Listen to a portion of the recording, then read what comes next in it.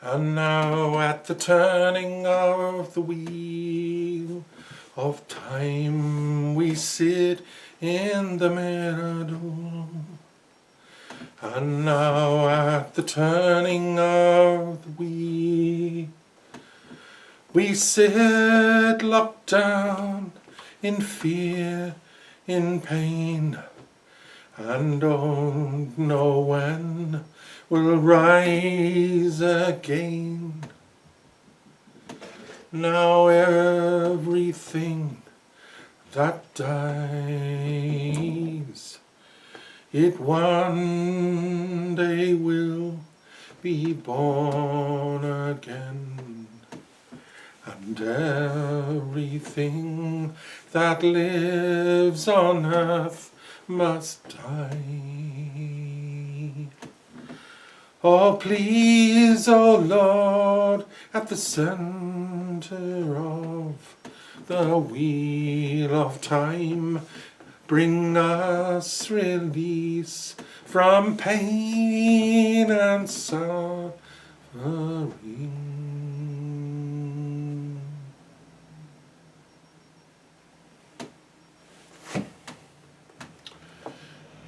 Shalom, hello, it's Thomas Staffen here. It's my weekly broadcast on a Sunday. It's my day of fasting and has been for, gosh, a long time now.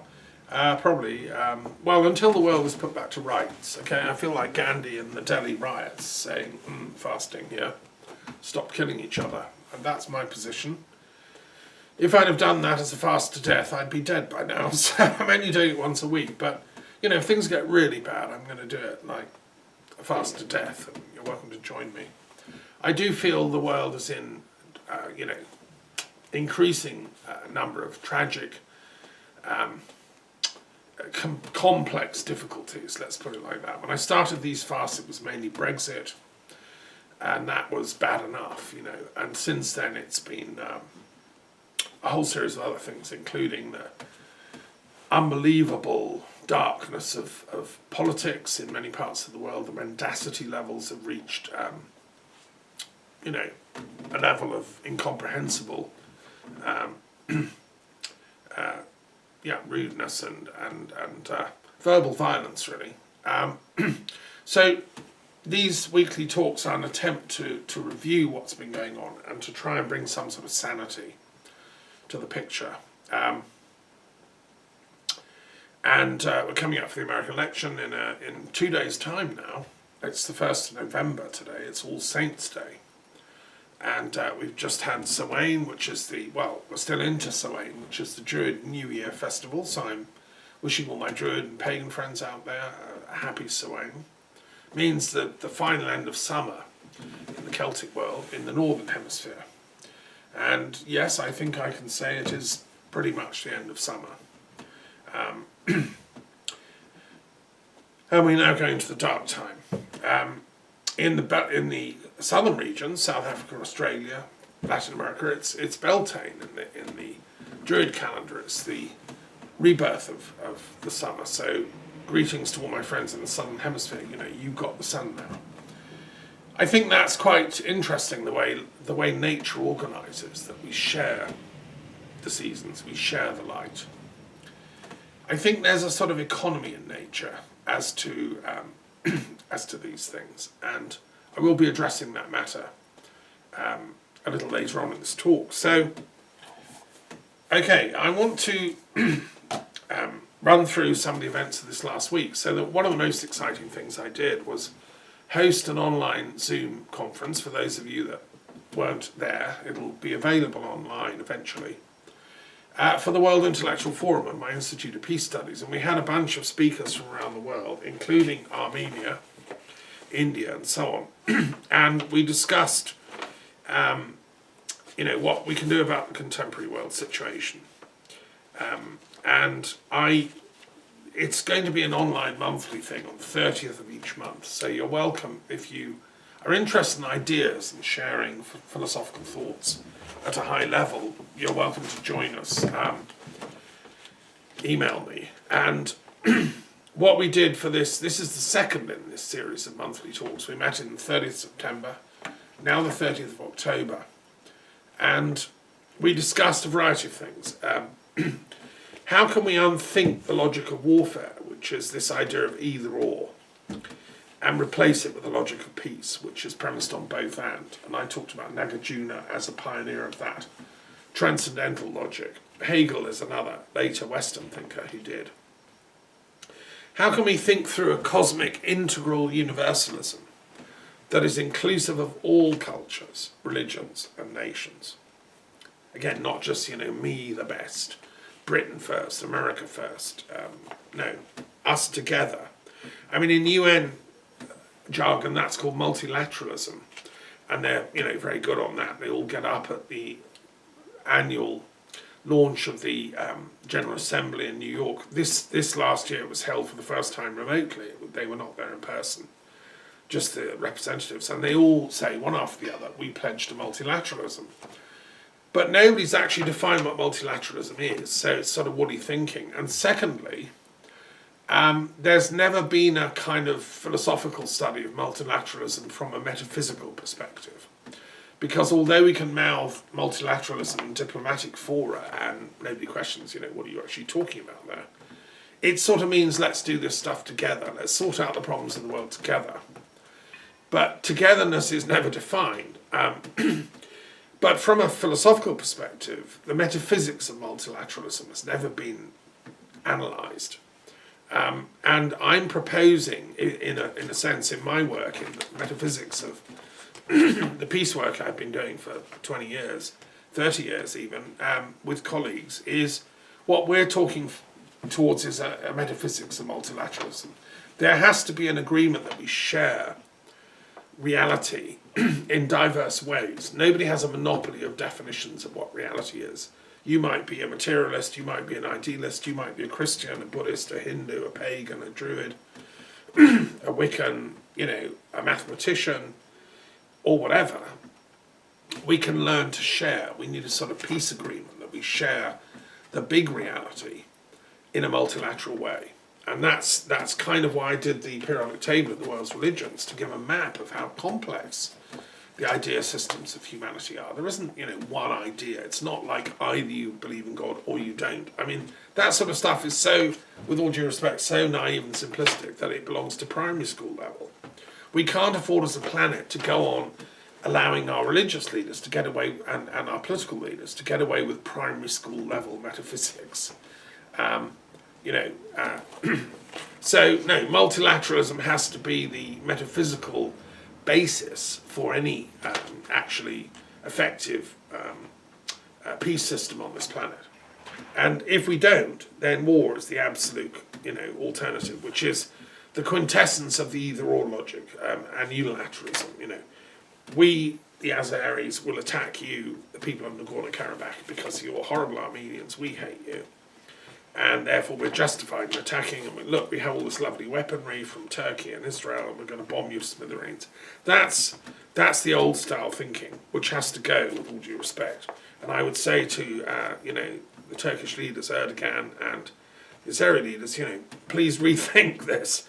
Get with the script, which is multilateral, deep metaphysical reform. And I would say, if you read your Quran, if you want to be true to Islam, you proclaim you're being true to Islam, Mr. Erdogan.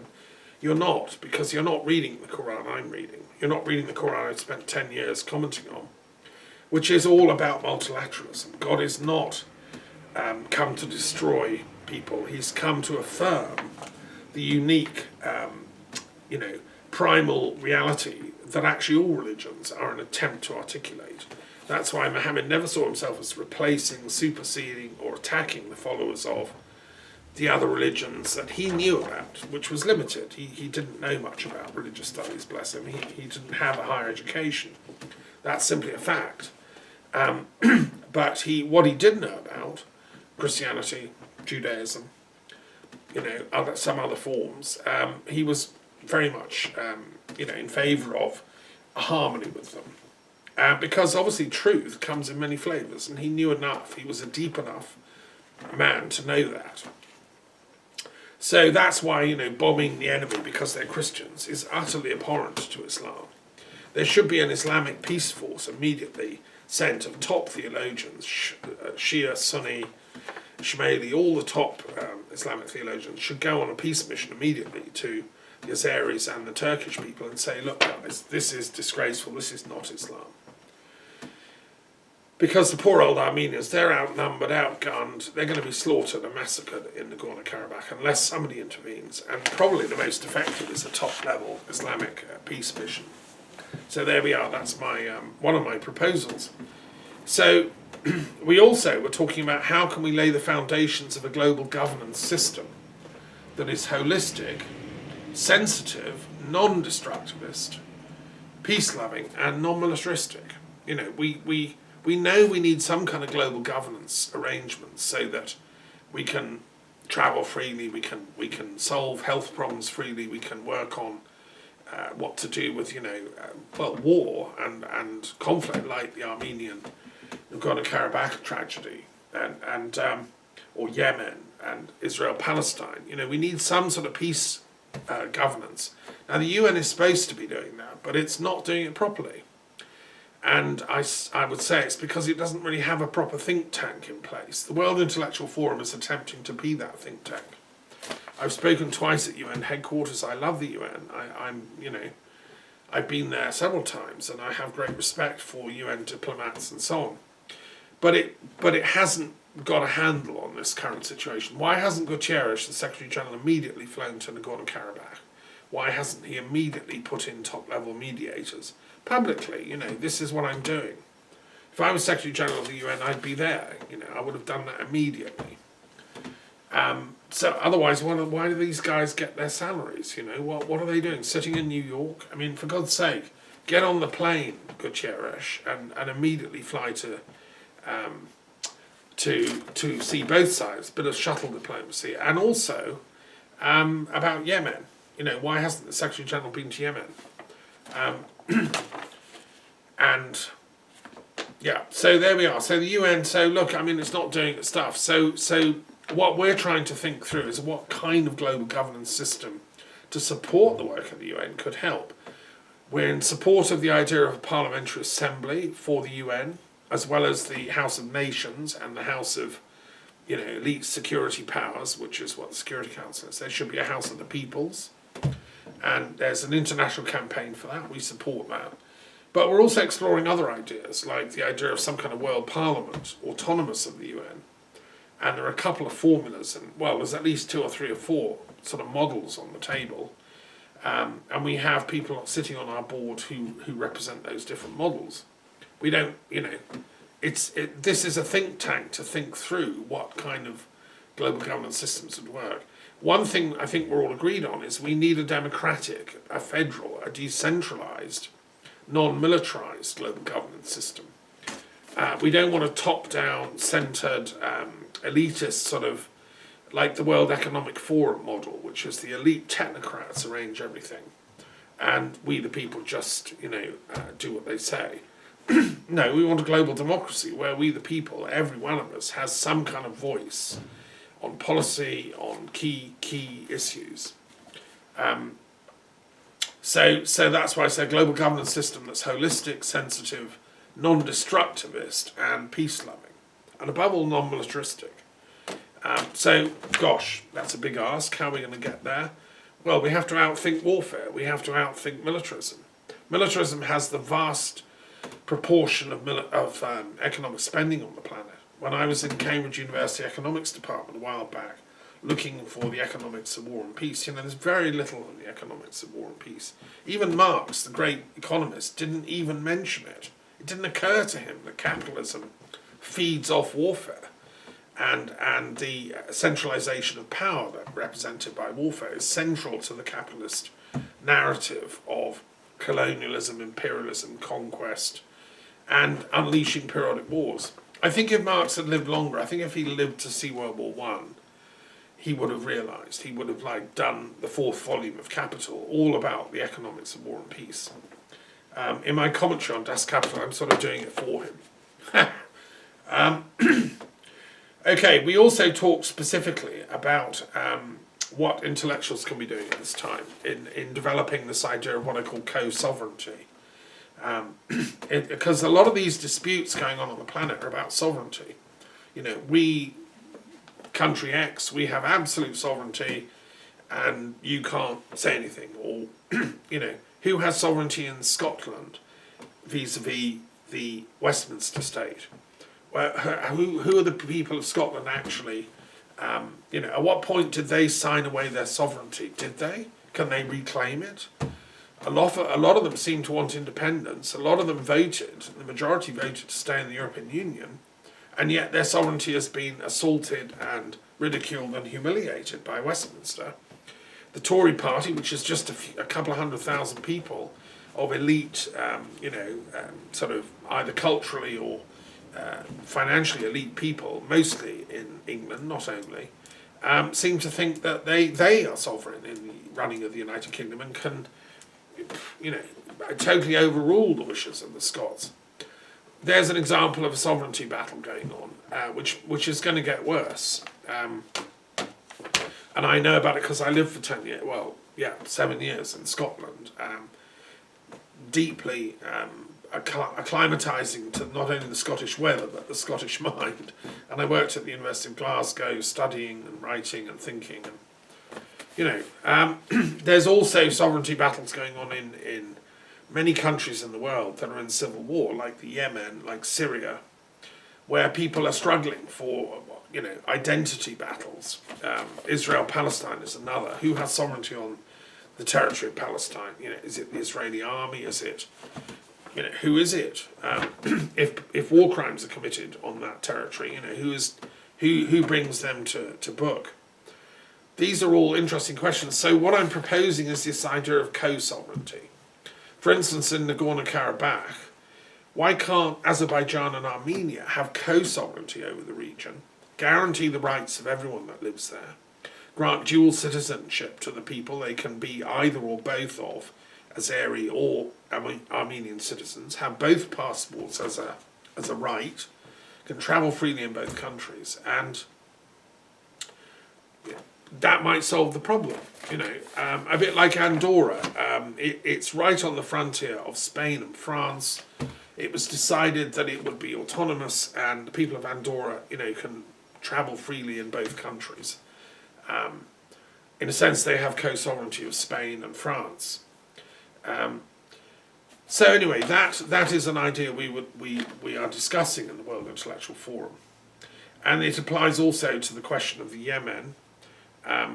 There's also the question of is one's allegiance to mainly a political sovereignty thing, or is it a spiritual sovereignty? If I'm a Shia in Yemen and I'm being bombed mercilessly by Saudi planes fueled with British bombs, and the whole war machinery of Sunni Islam and its alliance with Western capitalism, military capitalism, in the form of the US and the UK, is raining down on me, and I'm starving, and I'm, my family's already been mostly killed. I don't think I'm going to surrender anytime soon. I think I'm going to surrender to God, who is my protector through Ali and the Imams. I'm a true Shia. That's all I have left, is my faith. I know that I will be vindicated when I die, so you can rain your bombs down. It's not going to stop me, and I will do what I can to, fight you off. So I think that's going to be the mentality of these poor people who are suffering. There has to therefore be negotiations at a higher level, an interfaith diplomacy for metaphysical peacemaking, in which Shia, Sunni, Israeli, Christian can come together multilaterally and negotiate a shared peace treaty and a non-violence treaty. We have to get through the idea that only ahimsa, non-violence, can resolve these conflicts. The more bombs you drop, the more people you cut up, Mr. Prince of Saudi Arabia, with your bone saw hatchet men, the less truth, justice and wisdom will be showered down upon you. The Quran is very, very clear. If you pursue evil, you get evil results and evil karma. And it works mathematically, as the Jains are saying. We also talked about COVID, although we didn't go into it in vast detail. There's a vast, we're all now in France on much worse lockdown. It's happening in Britain. It's happening pretty much all over Europe, gradually. This isn't going away anytime soon, this thing. And again, we don't know why we're all in this condition. We don't know where this disease has come from. Still, it's now November, for God's sake, and this was starting in February, in hitting the West in March and so on. What a year it's been, looking back as a Druid on this last year. It's been one of the worst years I remember in my life for humanity.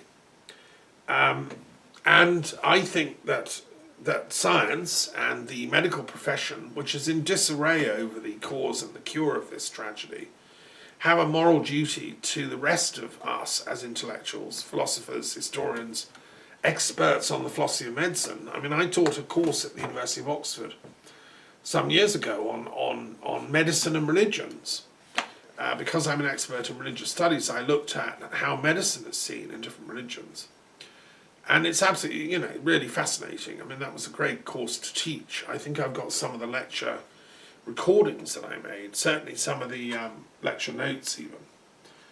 And it was always my intention to publish an encyclopedia of religion and medicine based on the course. If I have time and if I can get some help, I will do so.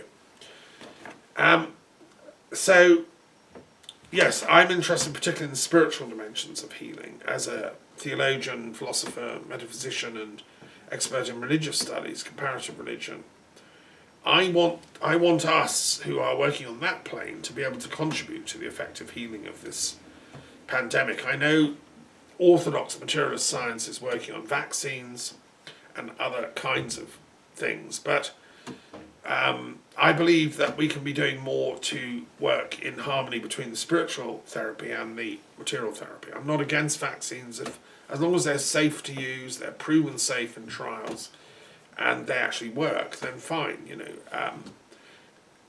Those are big ifs, however. But I would say I'm a great believer in spiritual therapy as well, and that the psychological healing of humanity is part of this. People are suffering. People are having, nervous breakdowns over this. And so what can we be doing more to help with that? That's the question I'm interested in. And I'm speaking as a philosopher of healing who worked in hospitals for 7 years in my youth, 20s. And I know how hospitals work, and I know how orthodox medicine treats illness. And I know that there's another aspect of healing that isn't covered by the conventional medical system on offer in the West. That's why I've been very interested in Chinese, Tibetan, Buddhist, Hindu, Ayurvedic, pagan Greek and Roman and Celtic healing systems, and native African and American and shamanic. There is another dimension of healing. But if we're going to do that effectively, we kind of need to know what's causing this. And that's why I still say again and again that the World Health Organization, the UN, governments of the world should come together and action the Bioweapons Convention, which then enables all these labs that are capable of making stuff like this to be inspected. And I think it's shocking, if I was... it's as if somebody suddenly comes into my hospital with a ravaging plague and it's spreading throughout the entire hospital. I'm the hospital manager. I would immediately shut down, the wards, wouldn't allow access. And I would immediately say, where's this come from? And I would institute an immediate forensic study, like who brought the first, plague transmitter into this hospital, and where did that come from? That's what all epidemiology, all proper medicine does, is it isolates the cause of the thing. Well, that has to be done properly over this COVID attack, and that has to be done with full cooperation of the Chinese medical authorities, and obviously the Chinese Communist Party. They should be involved in this. They should be asked, absolutely pinned, down by scientists around the world and medical experts, show us the data. Where did this come from? If they refuse to cooperate, or if some other country refuses to cooperate, then I'm afraid one can draw inferences from that. But so I'm interested, if you want, in the sort of the deeper epidemiological study of this illness, where it came from, how exactly we can trace it, and that has to be done with agreement at World Health Organization, UN, even this is a Security Council issue. In fact, because global security is now damaged by this outbreak. Okay, so we talked about that a bit, and then we talked about Israel and Palestine. We talked about the tragic fact that it would appear that Israel is selling weapons to the Azeris, high-tech drones, to attack these poor Armenians sheltering away in Nagorno-Karabakh with no real shelter for them. Because Israel wants to have the capacity to fly over Azerbaijan to attack Iran one day. So it's a sort of Machiavellian, we'll help you knock out the Armenians in Nagorno-Karabakh, and in return one day we'll fly over your territory and bomb Iran. You know, that's how Netanyahu and his cronies are thinking long-term geopolitical strategy. Now, I would like to dissent from that policy. If I was an Israeli citizen, I would dissent in constructive and creative and high-level ways.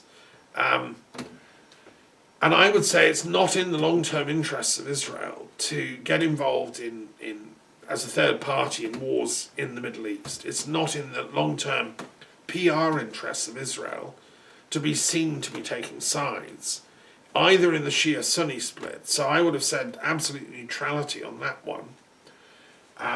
And I would say that Israel's strategy is sort of, let's ally with as many Sunni powers as we can in order to then have a clear run at destroying the main Shia power, which is Iran. They've already done this with the Stuxnet attack on Iran, and no doubt other things. Now, this is all premised on the idea that somehow Israel's security, diplomatic peace, long-term health is secured by siding with the Sunnis against the Shias. You know, I think it's an absolutely false equation, and somebody needs to point out this to Israel. The Shias, the people of Iran, are a highly sophisticated culture, have an enormously interesting, rich philosophical, metaphysical and scientific heritage, which actually makes the Wahhabi, Saudi, Sunni state like barbarians in comparison. And for Israel to be siding with barbarians, stone-throwing barbarians, against a highly sophisticated civilization going back thousands of years, is a utter strategic and intellectual error on the part of Israel. You know, and it's not going unnoticed by the rest of the world. And all those people that truly love Israel, and I count among their number, are in grief over this, because Israel is making a terrible error. You know, and also we discussed the question of Palestine. How can we solve that problem? Well, our work is only at an intellectual level. We can only sort of advise, consult, discuss policy from a holistic, joined-up perspective.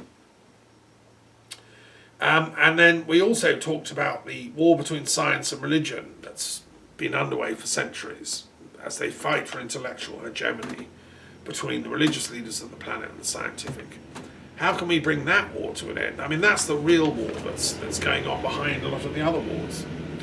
The scientific paradigm with maths as its language is arrogant. It says religions are all bonkers. You know, we have the right to bomb them, crush them, etc. And now we have the right to infiltrate them with, data manipulations, and we can bring down any religious state anywhere in the world by just sort of mocking it. Well, I don't agree with that. I don't want that war. I mean, it can't end well. I don't want either religion or science to win this war. I want it to be a peace negotiated, and the great minds of the planet to work together on how to resolve this conflict.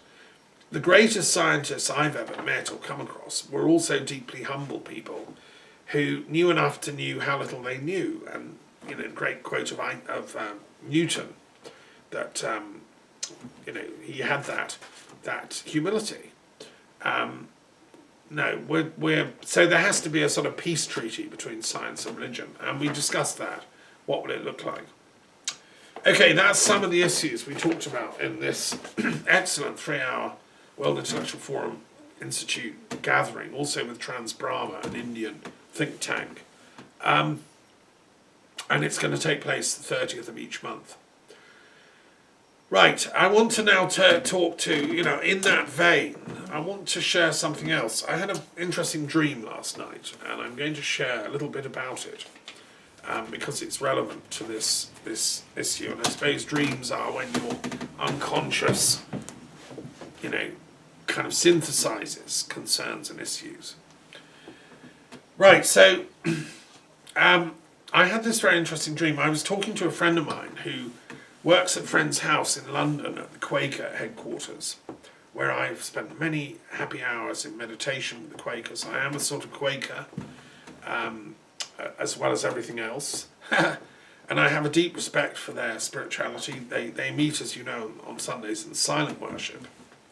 And I've spent many happy hours in friend's house. Now, I was talking to this friend who happens to be, she operates the front desk at friend's house, right?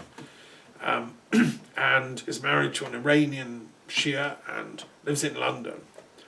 Now, she used to be my assistant and secretary when I was living in London, and we used to write letters together, and when I just launched the Peace Institute. But over the last few years, we've been in touch on and off, and I've realised with horror that she has become a supporter of Brexit. And I tried to, say, what on earth? Why on earth can you do that? And the explanation I got back was obvious, that she'd accessed all the online conspiracy theory stuff, the kind of QAnon type stuff, the extremist Brexit fantasy conspiracy stuff against Europe. The European Union is full of devil worshippers type of thing.